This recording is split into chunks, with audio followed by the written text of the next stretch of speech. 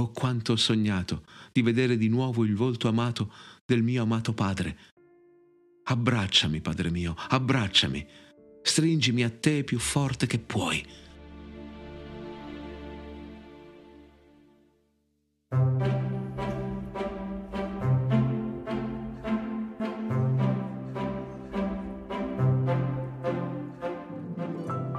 Questo che stai ascoltando è Mitologia, le meravigliose storie del mondo antico. Sono Alessandro Gelain, insegnante di filosofia, psicologia e scienze umane. Se vorrai stare in mia compagnia, ti offrirò le storie più interessanti della mitologia greca e romana. Il mito ha ancora molto da insegnarci e talvolta, come uno specchio, è capace di mostrare meglio a noi stessi quello che siamo. Puntata numero 133. Ifigenia in Aulide. Prima parte.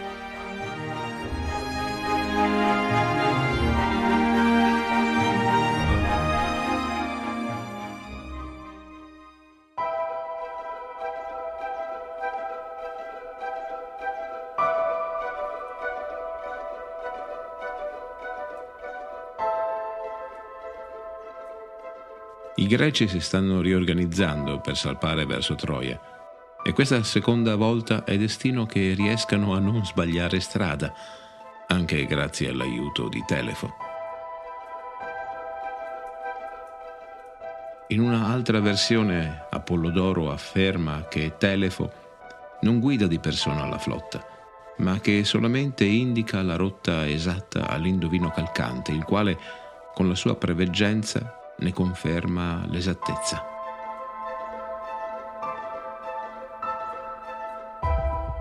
La guarigione di Telefo avviene mesi e mesi dopo l'improvvido attacco acheo alle terre di Misia. Combattimenti e tavoli di pace, festeggiamenti e scambi di doni, come è d'uso fare alla chiusura degli incontri che portano armonia, hanno occupato settimane intere. Il tempo peggiora ulteriormente, con venti violenti che impediscono ai greci di salpare, bloccandoli dove si trovano.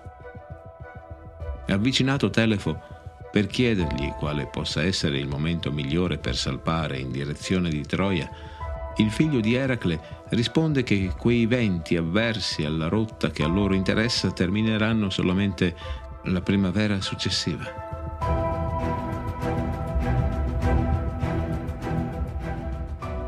Un'altra notizia nefasta per i bellicosi achei che, impazienti e incapaci di sopportare di rimanere sulle coste di Misia per la fine dell'autunno e per un intero inverno, decidono di tornare indietro, navigando prima verso ovest e poi verso sud. Sbarcheranno in Beozia e da lì, via terra, torneranno ai propri regni, in attesa che le condizioni del vento e del grande mare si volgano in loro favore.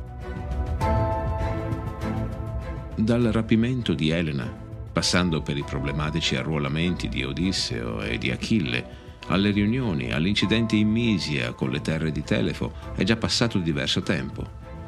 Giorni, settimane, mesi, ineluttabilmente si accumulano l'uno sopra l'altro, fiaccando la determinazione anche del più risoluto.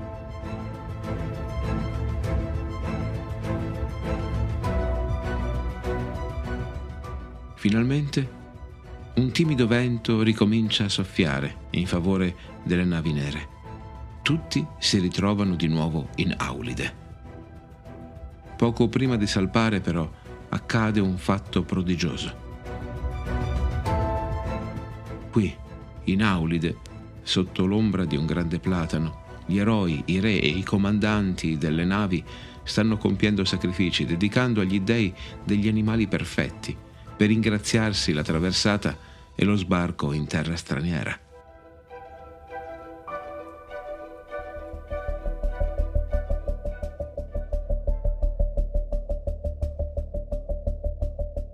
Dalla base della più grande ara spunta un terribile serpente dalle squame marroni, con il dorso tutto rosso sangue.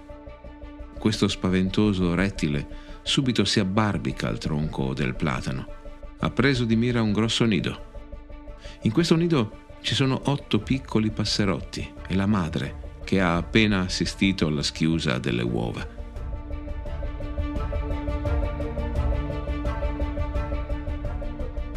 Uno ad uno, senza pietà, il serpente ingoia quei passerotti che hanno gli occhi ancor chiusi e pigolano di paura. La madre disperata vola attorno al nido, stridendo e cercando col becco di ferire il serpente e di riuscire a salvare i piccoli, ma nulla. Ingoiato l'ultimo passerotto, con una mossa repentina, il serpente ghermisce per l'ala la madre e la ingoia. Subito, veloce, discende dalla grande pianta. Arrivato a terra si arrotola su se stesso e per gli occhi stupefatti di tutti gli astanti si trasforma in pietra. Questa scena terribile, che è avvenuta proprio nel bel mezzo di un sacrificio, non può essere stata un caso. Si tratta chiaramente di un messaggio degli dèi. Nel grande silenzio che impera all'intorno, tutti i visi e gli occhi si volgono verso Calcante, l'indovino, affinché possa decifrare quanto questo messaggio stia comunicando. Inaulide Calcante, che solo in tempi recenti si è unito agli Achei, non ha incontrato nessuno in grado di sfidarlo nel vaticinio e nella lettura degli eventi. La sua parola è perciò sacra per tutti i guerrieri greci. Ritto, immobile, con un dito rivolto al cielo, Calcante strabuzza gli occhi e con voce ispirata, quasi non sua, apostrofa quanti attendono le sue parole.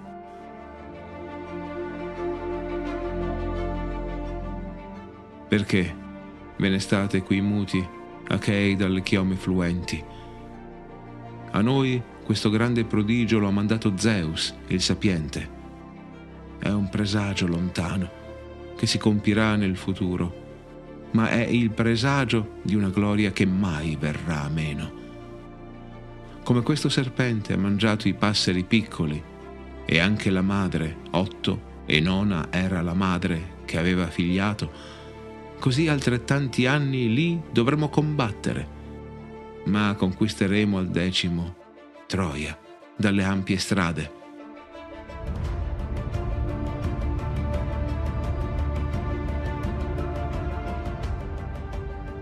Questa notizia getta gli animi di tutti nello sconforto.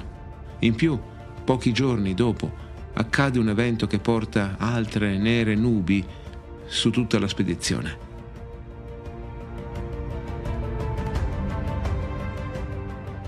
Agamennone va a caccia per allentare la tensione che gli viene dalla preparazione di questa incredibile armata. Ama tirare con arco e freccia e la sua preda oggi sarà di certo un cervo o una cerva. E infatti un suo dardo riesce a colpire una cerva bellissima. Si tratta, ahimè, di uno degli esemplari sacri d'Artemide.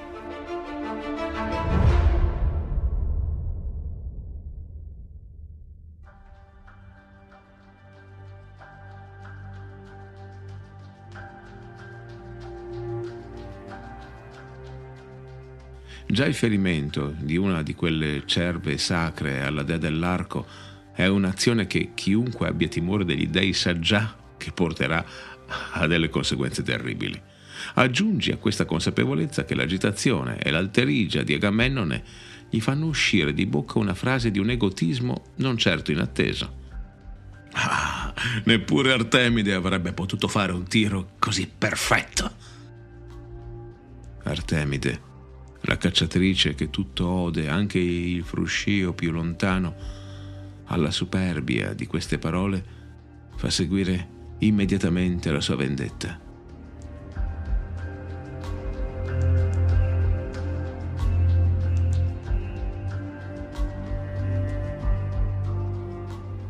Prova ad immaginare i grandi porti con oltre 1000 navi pronte a salpare.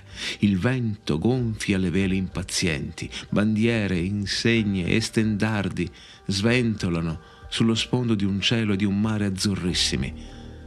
Le labbra dei marinai sono salate dagli spruzzi delle onde portate dal vento sul loro volto e poi all'improvviso ogni vela si affloscia, ogni insegna o stendardo appaiono come poveri, umidi stracci appesi distrattamente ad asciugare. Dalle fucine dei fabbri ferrai il fumo che esce si incolonna dritto al cielo e incredibilmente non viene spazzato via da una qualche folata. I piccoli uccelli e gli altri grandi alati, figli del cielo, stanno appollaiati sui rami, non volano più. Sul mare di Aulide è caduta una bonaccia irreale, tutto tace e nulla si muove. L'immensa flotta nera è bloccata nel porto. Passano giorni, settimane, mesi. L'ira di Artemide non si placa. I viveri cominciano a scarseggiare, il malanimo si diffonde tra le fila anche dei più fedeli soldati, combattenti per Agamennone. Calcante, chiamato a gran voce da tutto l'esercito, raggiunge i quartieri dove staziona il grande re di Micene ed entra nella sua tenda. Niente salamelecchi. 2 passi e poi si ferma dritto in piedi. L'indovino sembra diventare di pietra. Come una statua vivente scruta il re con una espressione seria scolpita nel volto.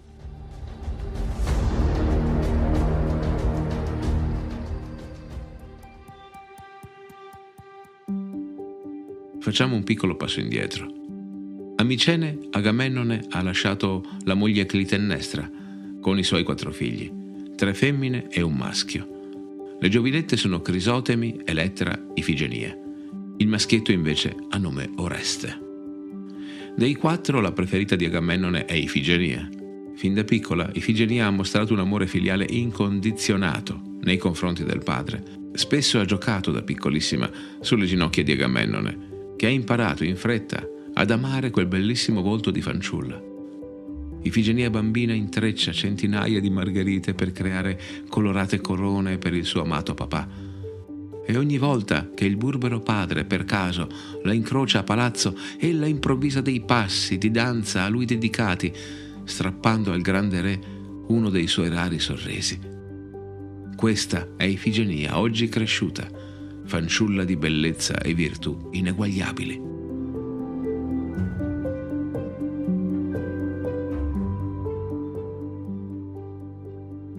Torniamo in Aulide, nella tenda di Agamennone. Calcante, col suo sguardo torvo, comunica al re di Micene di essere venuto a conoscenza del motivo per cui il vento non soffia più per gli Achei. L'irritazione della dea Luna è sulla tua testa, o grande re, che osasti paragonarti a lei nella caccia.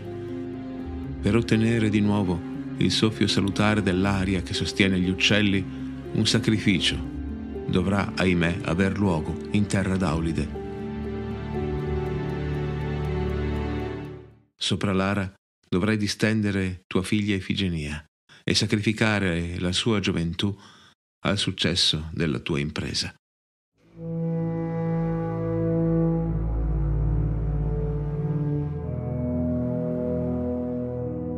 Agamennone maledice nel suo cuore quella battuta di caccia.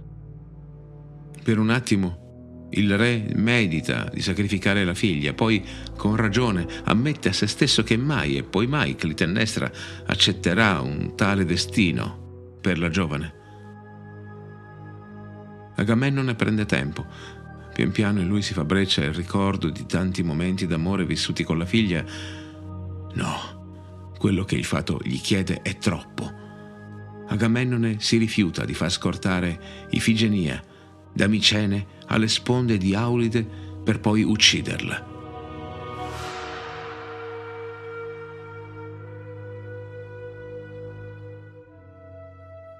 I giorni, le settimane passano veloci e le truppe cominciano a sentire il malessere di chi rimane in una perenne attesa che qualcosa accada. Scalpitano le truppe, vogliono partire. Tutti hanno notato come nemmeno un filo di vento faccia visita a quelle sponde da così tanto tempo. Ma come si sa, l'essere umano, quando qualcosa lo separa da ciò che vuole, tende a perdere misura e acutezza. Si comincia perciò a rumoreggiare che qualche trama segreta trattenga la flotta in quelle insenature. Qualcuno propone che ci si muova a remi fino al mare aperto, poi il vento laggiù arriverà. Altri sospettano che la bonaccia sia il segno che Agamennone non sia un condottiero gradito agli dèi.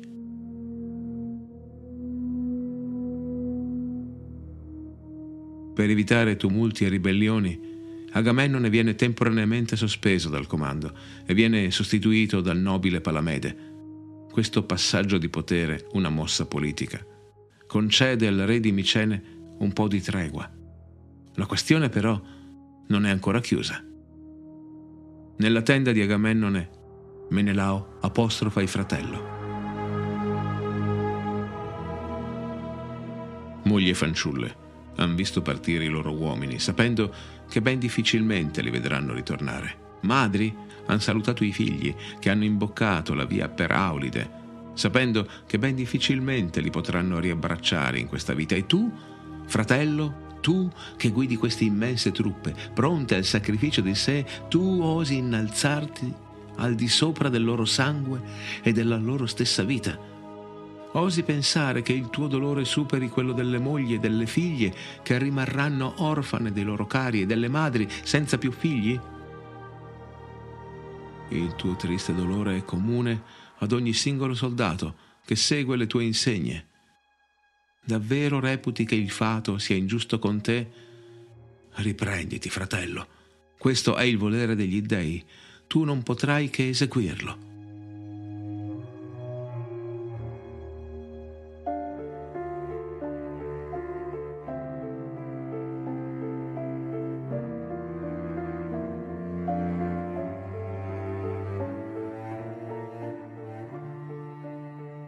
Convinto da queste parole, Agamennone invia a Micene Odisseo e Taltibio con una falsa missiva.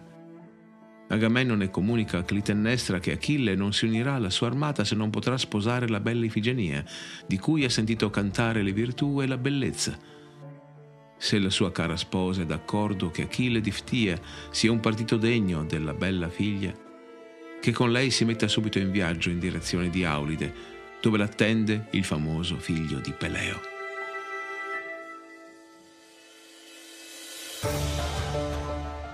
Appena spedito questo messaggio, usciti tutti e rimasto da solo, Agamennone con mano nervosa scrive una seconda missiva per la moglie.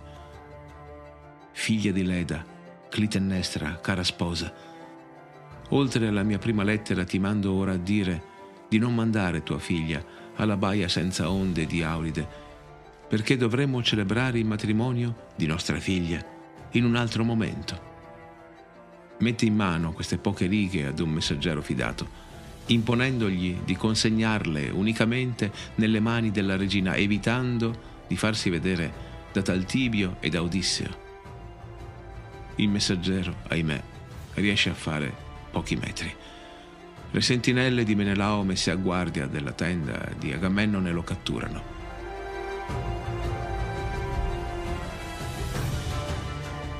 Il messaggero, affrontato da Menelao, tiene chiusa la bocca, ma alla fine gli viene trovata addosso la missiva. Menelao la apre, legge il contenuto e chiude con rabbia gli occhi.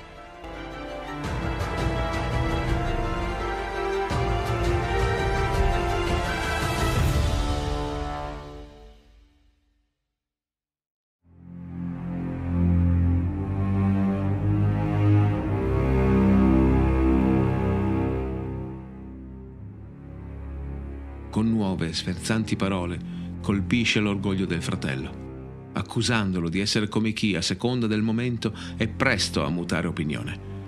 Forse lui è davvero troppo debole per mantenere la vigilanza del comando, forse agisce come certi che affrontano a parole il pericolo e poi, quando questo si fa avanti, meschinamente si ritirano.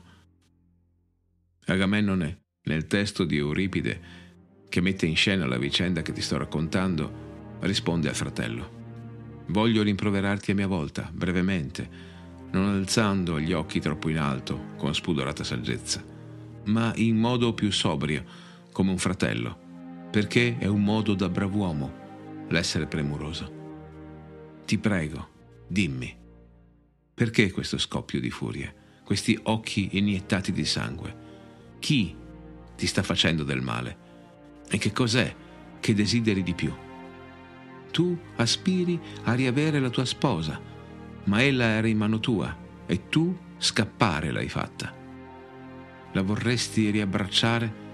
Capisco, ma il buonsenso e il decoro dimentichi. Io sono un uomo che non si è mai smarrito e sono dunque io a dover soffrire per i tuoi peccati. Avevo preso una decisione sbagliata e ora cambio parere, mentre tu che fai? È il desiderio che hai di mantenere una bella moglie traditrice nel tuo abbraccio, gettando ragione e onore al vento. I piaceri di un uomo cattivo sono come lui. Sono forse pazzo se passo a consigli più saggi dopo aver precedentemente deciso di mancare? Tua è piuttosto la follia nel voler recuperare una moglie malvagia una volta che l'hai perduta con un colpo di fortuna mandato dal cielo. Io non ucciderò la mia cara figlia e tu non riuscirai nell'intento di riprenderti una pessima sposa.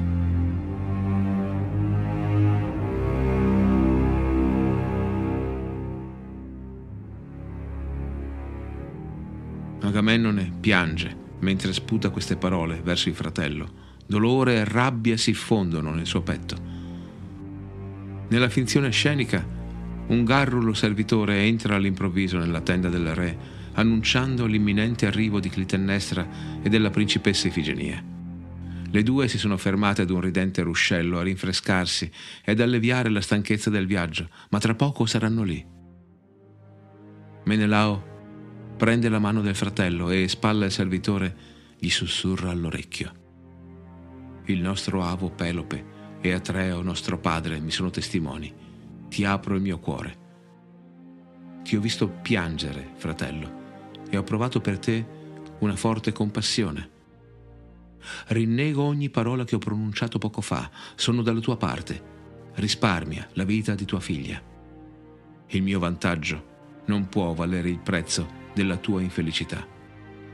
Provo ora un'infinita pena per la ragazza che al sacrificio dovrebbe essere immolata a causa del mio infausto matrimonio. Riprendere Elena sarebbe una calamità per me e non un bene. Questo esercito va sciolto, fratello. Lasciamo l'Aulide e torniamo ai nostri regni. Che fai ora? Mi guardi muto? Frena le tue lacrime, anch'io non voglio piangere, né posso. I miei discorsi di poco fa sono ormai svaniti. È naturale aver cambiato idea. Per amore del proprio seme lo fa l'uomo, ed è così che un uomo deve comportarsi.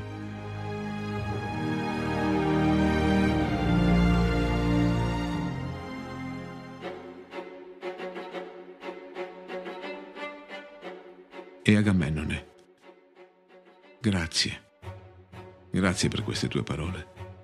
Ma tutto ora mi porta a sacrificare Ifigenie.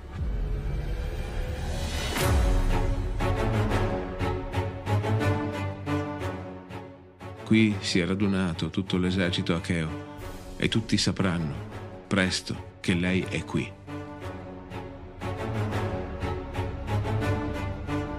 Menelao non crede alle sue orecchie e tu rimandala in fretta e in segreto verso Argo.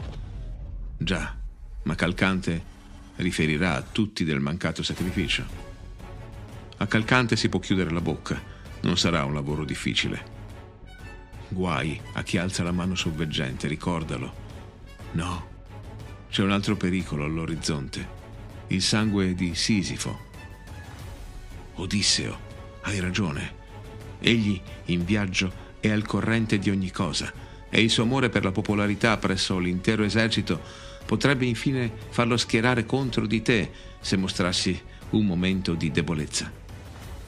Oh, il cielo si è votato contro di me. Non ho altra scelta. Devo sacrificare la vita di mia figlia.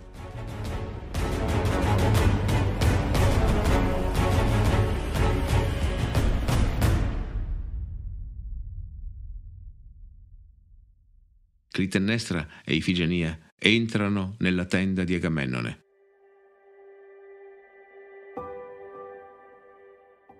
La giovane eccitata e impaziente lascia la madre e corre ad abbracciare il padre. «Perdonami, madre, se lascio la tua mano e mi getto al petto di mio padre. Oh, padre mio, desidero correre più del vento e abbracciarti dopo così tanto tempo. Oh, quanto ho sognato di vedere di nuovo il volto amato del mio amato padre. Abbracciami, padre mio, abbracciami. Stringimi a te più forte che puoi». Agamennone l'abbraccia e la stringe a sé.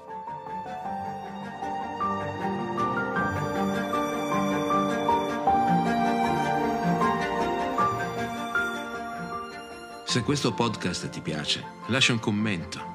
Condividi con i tuoi amici gli episodi che ti piacciono di più. È il modo più bello e sincero di aiutarmi a far conoscere questo canale. Se non l'hai ancora fatto, iscriviti. In questo modo non perderai nessun nuovo episodio. E infine puoi sostenere questo progetto acquistando o regalando Il Re degli Dei, il libro nato proprio qui, che racchiude le storie più belle della mitologia greca, dall'origine dell'universo alla salita al trono di Zeus. Lo trovi sugli scaffali di tutte le librerie e anche in quelle online. Buona lettura!